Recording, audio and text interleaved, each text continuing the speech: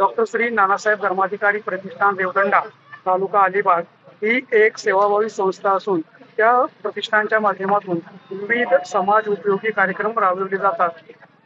त्याचाच भाग म्हणून मंगळवार दिनांक 17/9/2024 रोजी बारामती येथे श्री अनंत चतुर्दशी निमित्त निर्माल्य संकलनाचा कार्यभाग आयोजित करण्यात आलेला असून त्याच्यामध्ये 150 सदस्यांनी सहभाग घेतलेला असून 4 टन निर्माल्य एकत्रित करण्यात आलेले आहे। एकत्र केलेल्या निर्माल्यापासून खत तयार केले जाते व ते खत झाडांसाठी वापरले जाते।